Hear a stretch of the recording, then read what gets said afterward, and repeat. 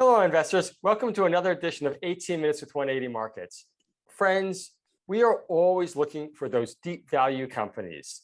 That's right, where we love to find those businesses where we think the market is wrong.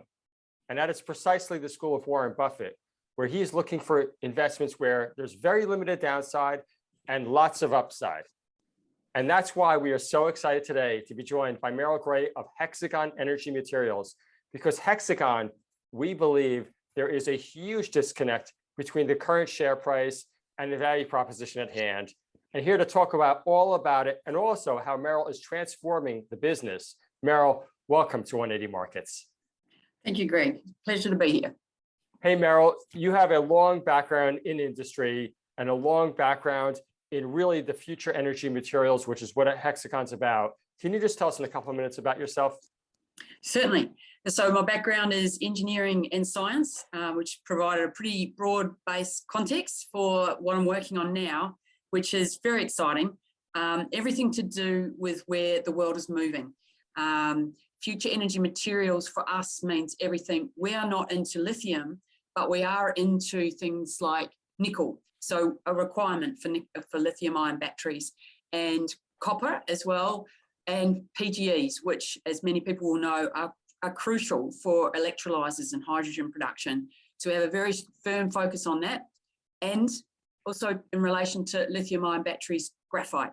So as you know, Greg, Hexagon has a long history of working in graphite. And that investment that our shareholders made is really starting to come to fruition in the current market, where there's just so much interest in what it's going to take to move the world forward in terms of decarbonisation. So at our Macintosh project, at our Macintosh project, which is in the Kimberleys of Western Australia, as you know, we've already got graphite resources that we've drilled out, and we recently did a deal with a company that is looking to move that project forward. A totally graphite-focused company, which is being pulled together as we speak and is looking to do either an RTO or an IPO with our assets at the forefront of that. So that's what we've been doing with graphite, which is a future energy material here in Australia. But in addition, we've got something in the US that we've been working on in Alabama, and it's called the Salon Project. And again, before I arrived, which was in October of last year here at Hexagon, there'd been quite a lot of work done on in an area that's really got a very long history in graphite production, because graphite was used, as you know, in pencils and for a whole range of industrial uses. But what's happened there is we've done a deal. We announced that deal in December of last year with a company called South Star Battery Metals. Actually, it's a Canadian listed company, and they specialise in graphite, and they've got that North American focus that we at Hexagon couldn't bring. And so they're moving forward on a program of work. Happy to talk a bit more about that in detail, but that's our future energy materials side of things as a business. Yeah, and as you said there, you have so many different projects that are all focused though on future energy materials. But maybe just sticking on the graphite for a second, and then we could turn to potentially the nickel, copper, hydrogens. But on the graphite side, can you just tell us a little bit about perhaps how you have been brought in, and you've very cleverly structured some deals where you can really take advantage of superior operations and superior assets at the same time? Yeah, okay. So that is really an important part of Hexagon. So when I came in, it was really clear to me that what they've done really well is they've assembled ground which is in what's very prospective moving in the current market. So again, we've talked about nickel, copper, PGEs, but graphite-wise, obviously with what's going on in the US, people would be aware of the Biden support for local raw materials as part of the, it's a battery strategy. It's a US battery strategy, sorry, the exact name escapes me. And so by working with South Star, we're really tapping into that with this asset, which we did do work on assessing, and now South Star's moving that forward. they've just told us that they're doing work with the North Carolina State University, where they're taking samples, bulk samples, and planning to do metallurgical test work on how they get the recoveries that they can get.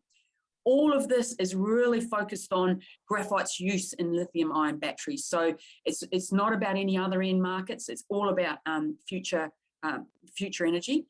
They will also do some further drilling, and delineate the resources. We've already done some work on that, but we didn't get to JORC resources, so they plan to do some more of that with the budget that they've allocated to this project.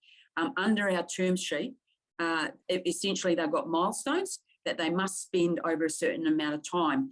And that comes back to your question is, we've also done a similar term sheet for what we're doing here in Australia. And it's all about very specifically getting money in the ground to develop these projects, which really require quite a bit of expertise. Greg, they need expertise around that end battery market, which we acknowledged we didn't have, but these guys, because they specialise in it, have got a much closer feel for how to sell this product, how to produce this product in a way that's going to be marketable. Yeah, and when you have the right project and the right people in place, that equals success.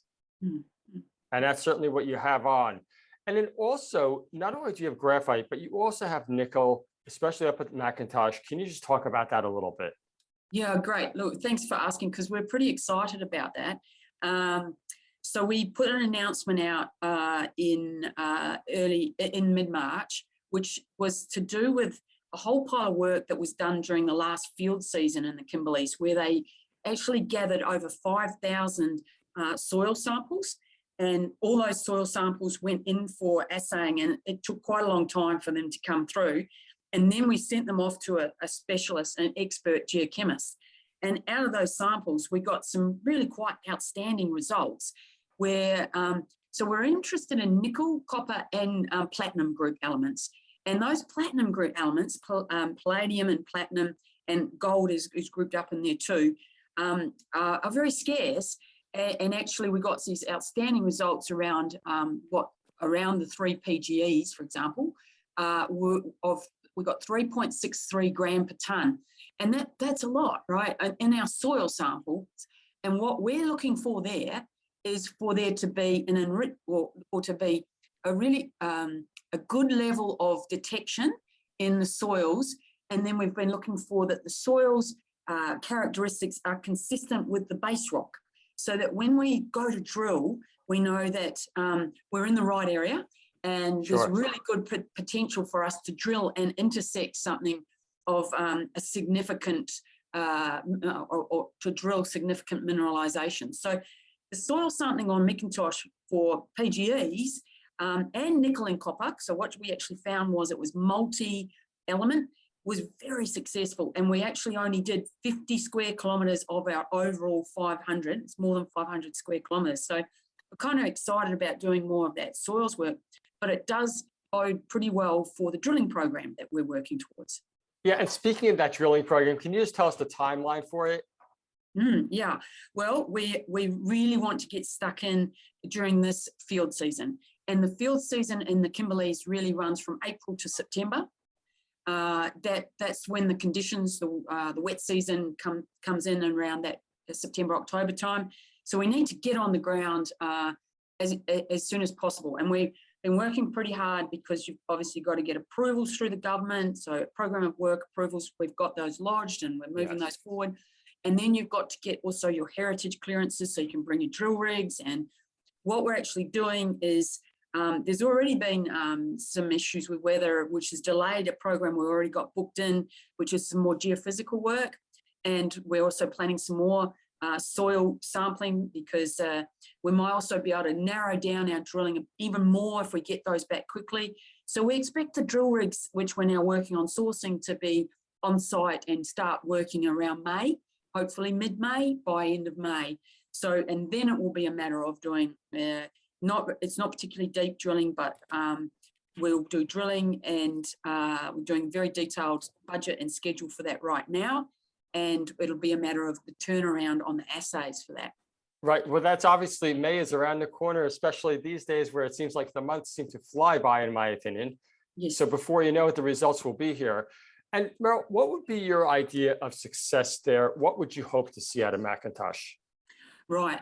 Well, we've talked about this a lot in the team, with the geological team, a very focused, very systematic, very structured team. What we've done there is they've come up with these models, and we're not thinking there's just one model, one geological model. There might be multiple intersecting. It's very prospective ground that we're in. There's other parties that are much bigger market cap than us.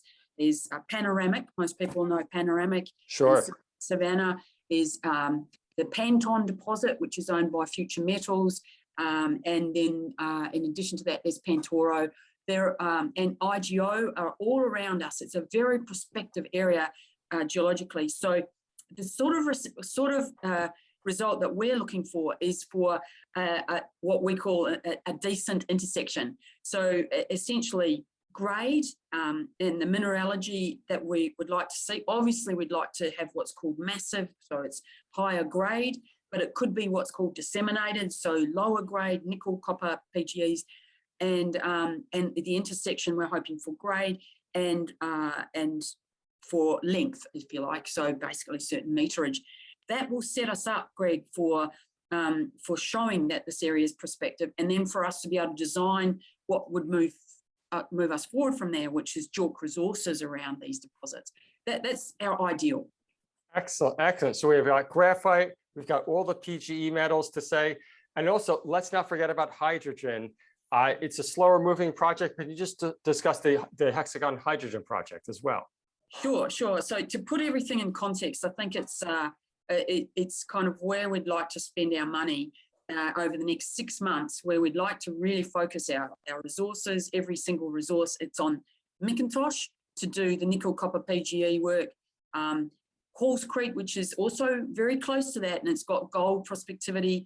And then that's in our future energy materials. And then work with these collaborators and the graphite in particular. So it's South Star and Green Critical Minerals.